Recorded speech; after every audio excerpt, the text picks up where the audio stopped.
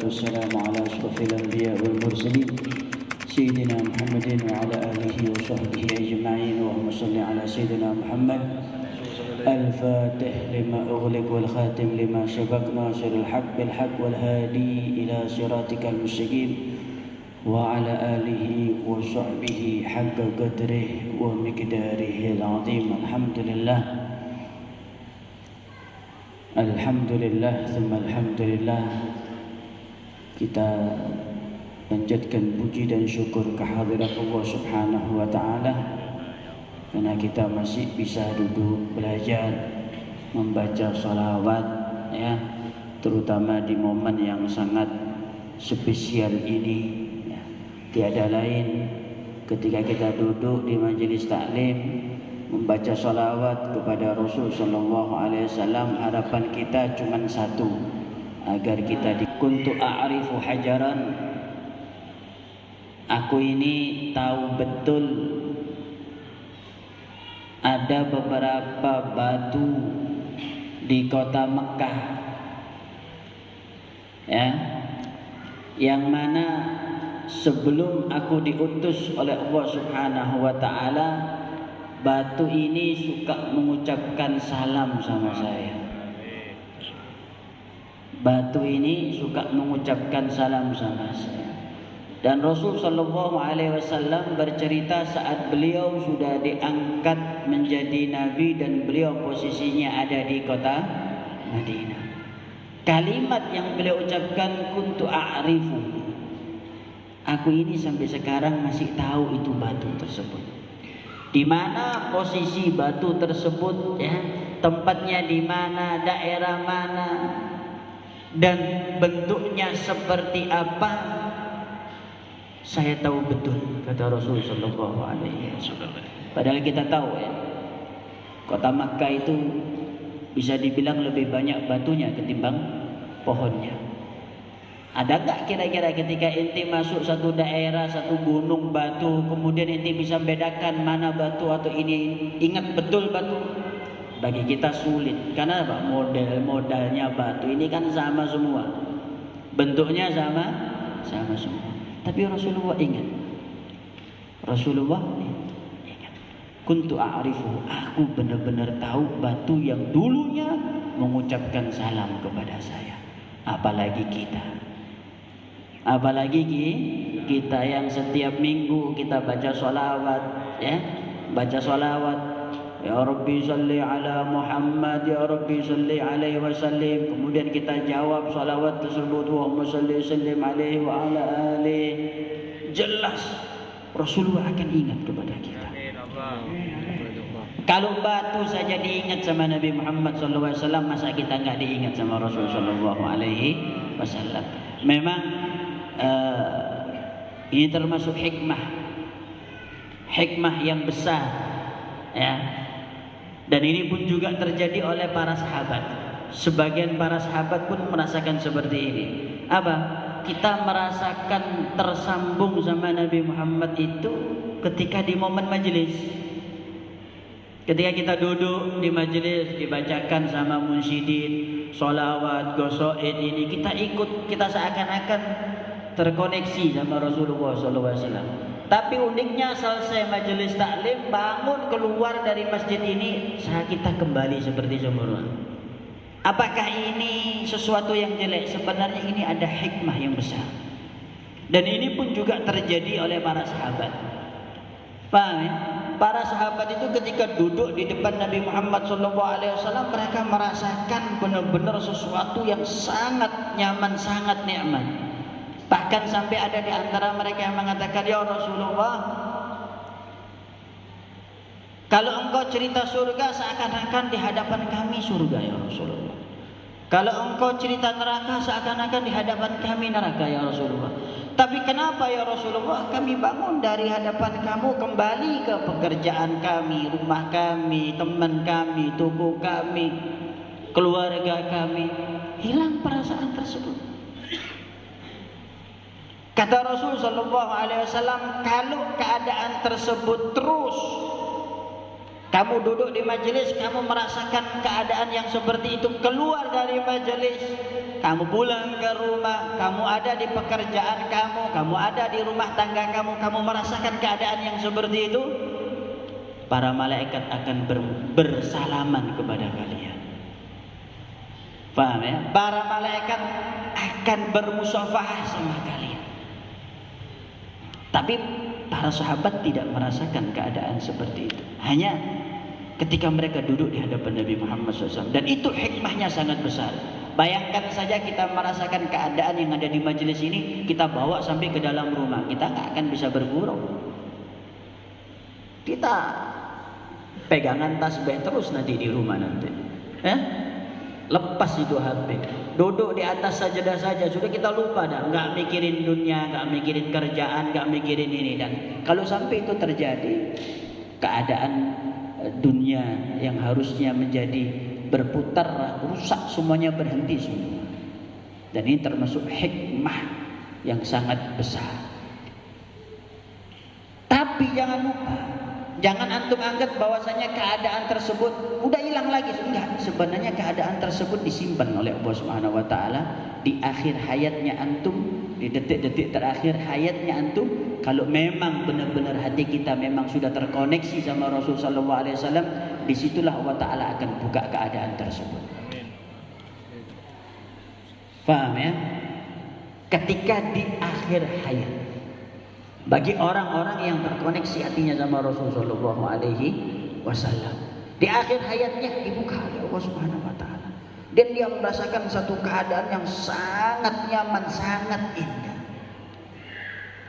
Dan itu pun juga yang dirasakan oleh Rasul oleh para sahabat radhiyallahu taala anhum, seperti ceritanya Bilal. Bilal di akhir wafatnya, istrinya datang kepada Bilal mengatakan, wa karabah, celaka.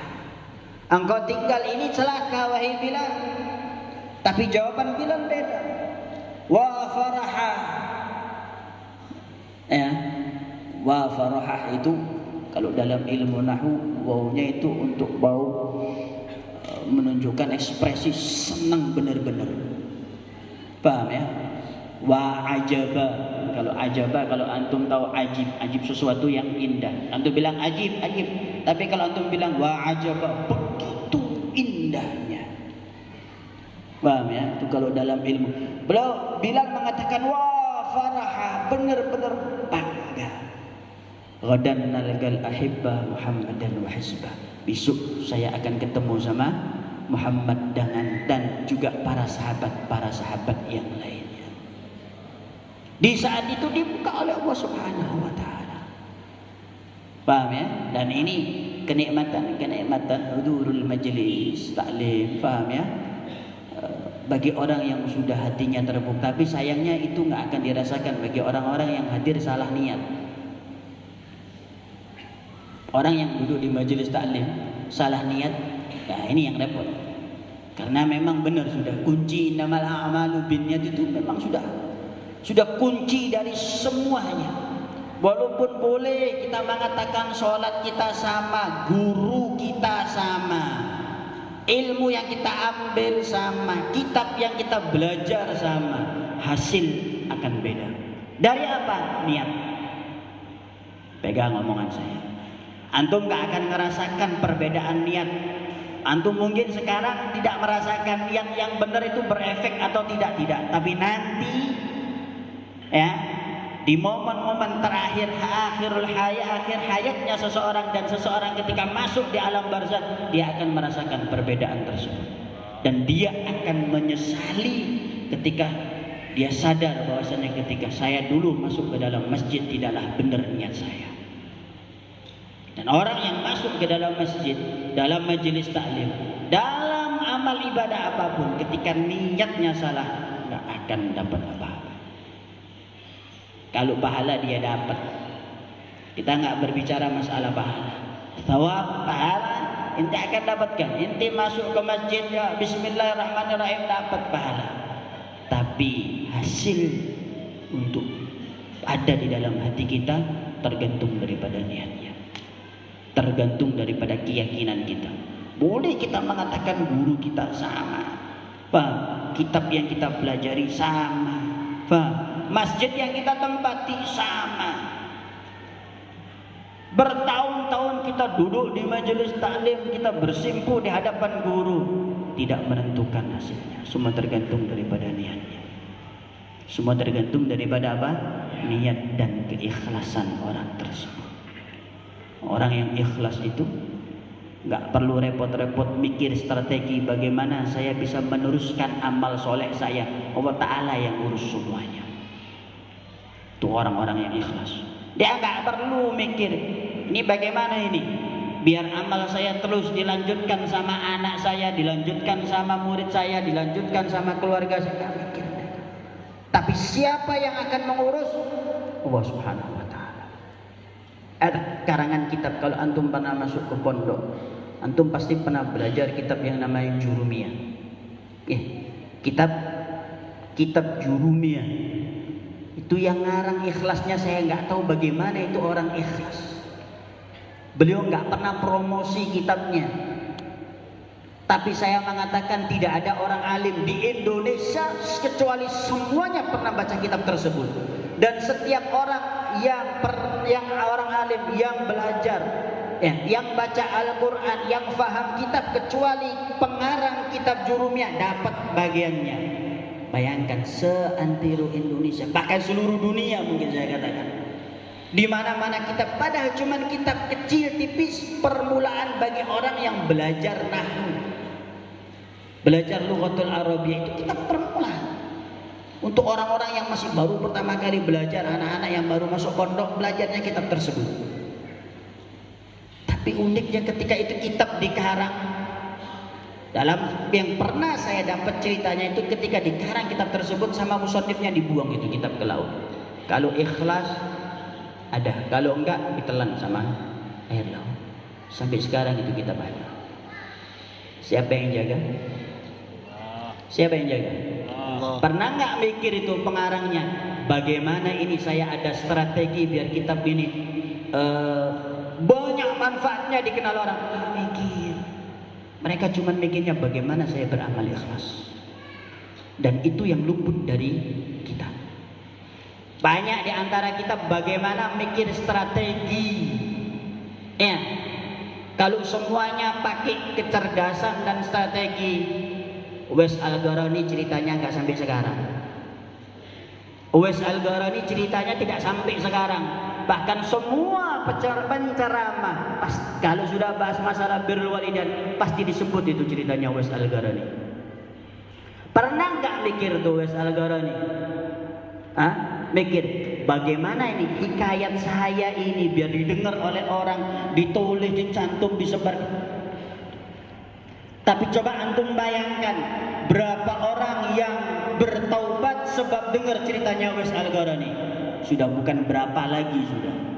Mungkin jutaan orang taubat karena dengar cerita daripada Uwais Al-Qarani. Apa yang membuat ceritanya beliau sampai kita kenal sampai sekarang, bahkan mungkin sampai nanti di yaumil qiyamah. Apa sebabnya?